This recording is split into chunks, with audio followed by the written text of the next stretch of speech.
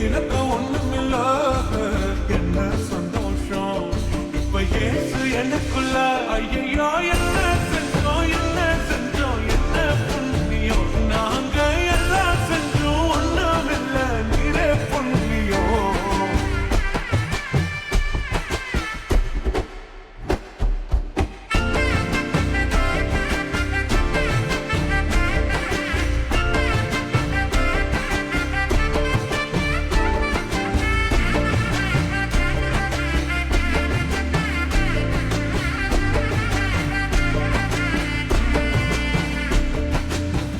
ஒதுக்கின என்ன தான் தேடி வந்தாரே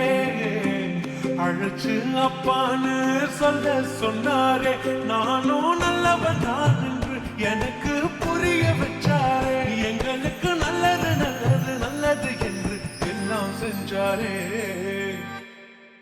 யாரும் மதிக்காத எங்களை